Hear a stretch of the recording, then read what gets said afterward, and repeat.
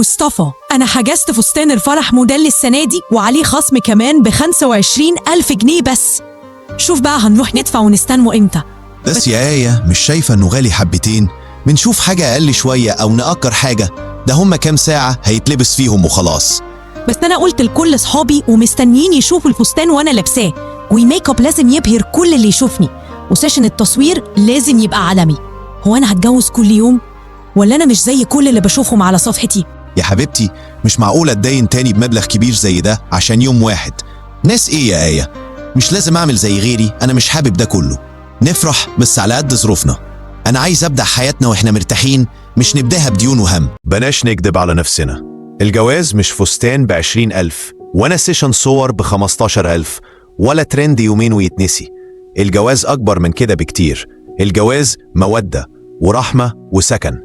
قبل ما تقلد البلوجرز اسأل نفسك، هم فعلا مبسوطين ولا كل ده شغل تمثيل على الكاميرا؟ يوم الفرح هو يقول دي حبيبتي وهي تقول ده روحي، وبعد شهر تسمع انت مستفزة وانت مش طبيعي، وتبقى النهاية احنا مننفعش لبعض.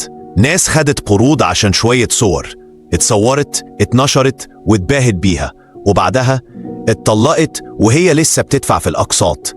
الفرح الحقيقي مش في الفستان اللي اتغير 3 مرات، ولا في فريق المصورين، ولا الميك اب ارتست، ولا في الكوشة اللي اتصورت أكتر من العروسة نفسها. اللي بيصرفوا فوق طاقتهم بيعيشوا تحت ضغط بيخنقهم ويكسرهم. وقتها تلاقيه ماسك ألبوم الفرح ويقول ايه الهبل ده انا طلعت عبيط قوي، وهي تتفرج على الفيديو وتقول يا لهوي، انا كنت فاكرة الجواز زي الافلام والمسلسلات التركي. طب ليه ما كنتي قلتي له من الاول فستاني حلو كده، بدل ما تقولي لا عايز ابهر الناس؟ لو بجد عايزة جواز يعيش، دوري على راجل يحترمك، مش على فستان يبهر صحابك. كل اللي بيمثلوا قدام الناس بيتبهدلوا لما الكاميرا تتقفل، لأن الجواز مش لقطة انستجرام.